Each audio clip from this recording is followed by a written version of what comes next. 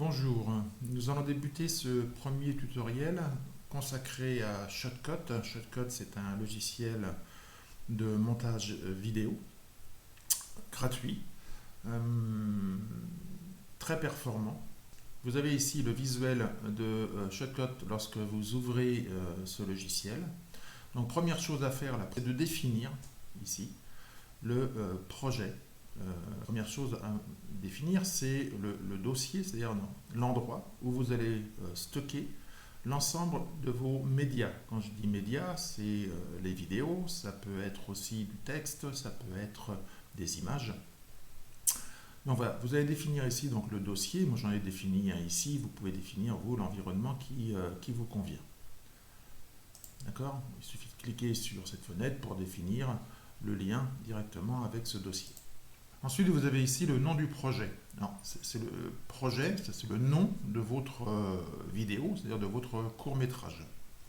Puisque ici, je teste ce logiciel pour créer ce tutoriel, je vais le nommer tutoriel 1. Ensuite, vous avez ici le mode vidéo. On va définir ici la résolution de votre court-métrage. Donc, normalement, vous avez ici, lorsque vous ouvrez, vous avez ici le mode vidéo automatique. Alors, le mode automatique, c'est plutôt bien, puisqu'il va fixer une résolution tout à fait intéressante. Mais le problème, c'est qu'il va tenir compte de du premier média que vous allez ajouter sur votre film. Alors, si la première vidéo elle est d'une résolution correcte, ça ne posera aucun problème. Le problème, c'est que si vous mettez dès le début une résolution faible, quelque chose que vous avez pu récupérer peut-être sur Internet ou autre, tout votre projet va être basé sur cette première vidéo. Donc, je vous conseille, moi, plutôt que de mettre en automatique, eh bien, de définir ici un format ou un mode vidéo haute définition. Vous avez ici 720, 1080, c'est le nombre de pixels en hauteur. Et ensuite, vous avez le nombre d'images par seconde. Donc, on va nous définir donc, une résolution haute définition en 1080, soit en I, vous voyez I ou P. I, c'est interlaced, c'est-à-dire entrelacé, et P, c'est progressif. Donc si vous regardez sur des tutoriels ou autres sur la résolution des vidéos, vous verrez, hein, c'est presque à l'unanimité, que le format P progressif sera de meilleure qualité au niveau du rendu. Donc on prendra du HD 1080p et derrière on va définir le nombre d'images par seconde, 25 images par seconde. Donc on va sélectionner ce mode vidéo HD 1080, 25 images par seconde. Voilà. À partir de ce moment-là, on va pouvoir commencer à faire d'autres montages. Et on se retrouve avec cette interface qui est entièrement personnalisable. Alors vous avez des fenêtres ici, des fenêtres, je ne sais pas si vous aurez exactement la même implantation. Toujours est-il que je vais tout fermer. Voilà. Je vais fermer toutes ces fenêtres. Voilà. Je ferme toutes ces fenêtres. Je ferme aussi la Timelab. Voilà. Et on se retrouve avec cette interface qui est simplement une interface style VLC qui va vous permettre de lire, simplement lire des vidéos.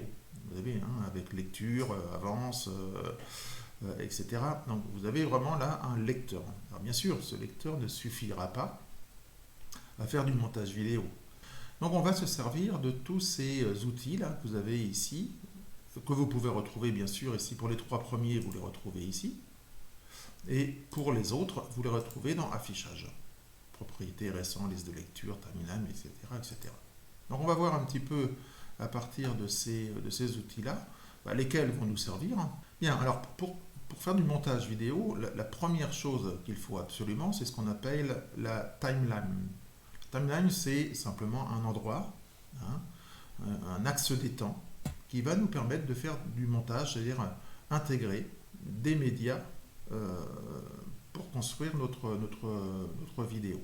Donc la timeline, on la voit ici, mais comme je vous le disais tout à l'heure, vous l'avez aussi à ce niveau-là. Donc la timeline, voilà, vous l'avez ici, elle est en bas. Elle est en bas, c'est à partir de cet endroit-là que nous allons construire notre vidéo. Deuxième fenêtre indispensable que vous pouvez retrouver ici ou en partie haute, c'est ce qu'on appelle la liste de lecture. Donc la liste de lecture, elle va servir à quoi? Eh bien, elle va servir à stocker ici l'ensemble de vos médias. Encore une fois, médias, ce sont des images, ce sont des vidéos, c'est du texte, c'est de la musique, c'est tout ce qui va entrer dans la composition de votre vidéo. Vous pouvez afficher cette fenêtre-là, soit sous forme de détail, sous forme de mosaïque ou sous forme d'icône. Pour l'instant, il n'y a rien. On verra tout à l'heure comment stocker, comment enregistrer vos différents médias dans cette liste de lecture. Une autre fenêtre qui va être indispensable, c'est la fenêtre des filtres. Alors la fenêtre des filtres, à quoi elle va servir? Vous avez vu, j'ai cliqué dessus, automatiquement elle s'ajoute ici comme onglet, liste de lecture, et ici filtre. Le filtre, ce sont tous les effets, l'ensemble des effets que vous allez pouvoir appliquer à l'image, mais aussi au son. Donc on verra tout à l'heure comment ça fonctionne. On pourra ajouter des filtres sur nos médias. Un filtre, ça peut être je ralentis la vidéo, ça peut être j'augmente le son, je diminue le son, je mets des effets sur le son. Donc pour l'instant, ce qu'on a vu, c'est une timeline, une liste de lecture ou en stock, des filtres qu'on appliquera sur ces médias. Ensuite, ce qu'il nous faut, c'est aussi ici l'onglet propriétés. Donc l'onglet propriétés, qui s'intègre comme pour la liste de lecture filtre, propriété va vous donner l'ensemble des informations de vos médias. Donc c'est toujours très très intéressant d'avoir cet onglet propriété. Bien, un autre affichage aussi intéressant, c'est l'onglet ici que vous avez affiché, le panneau d'export. Alors le panneau d'export, il servira à quoi?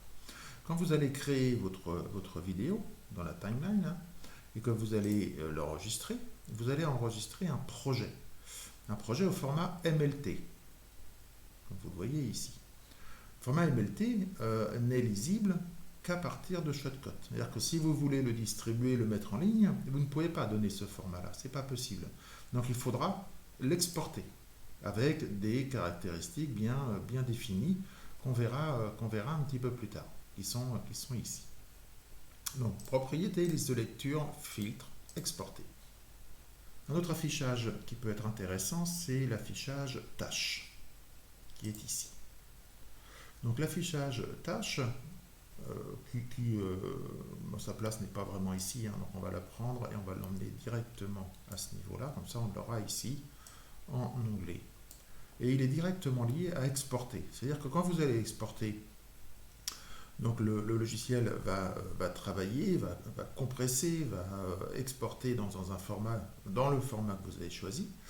Et cette fenêtre tâche va vous permettre de voir l'évolution de cette compression en pourcentage et jusqu'au moment où l'export est terminé, où là vous pouvez récupérer votre vidéo une fois qu'elle est encodée.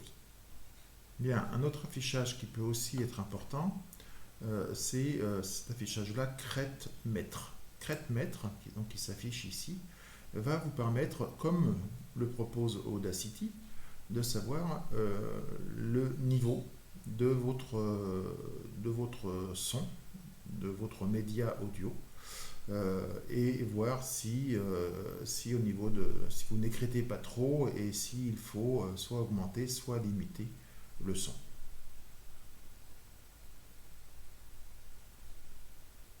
Nous avons abordé à partir de cette première séance donc l'interface de Shotcut afin de pouvoir à partir de maintenant donc, commencer à faire du montage vidéo. Voilà, donc on se retrouve dans un prochain tutoriel. Merci.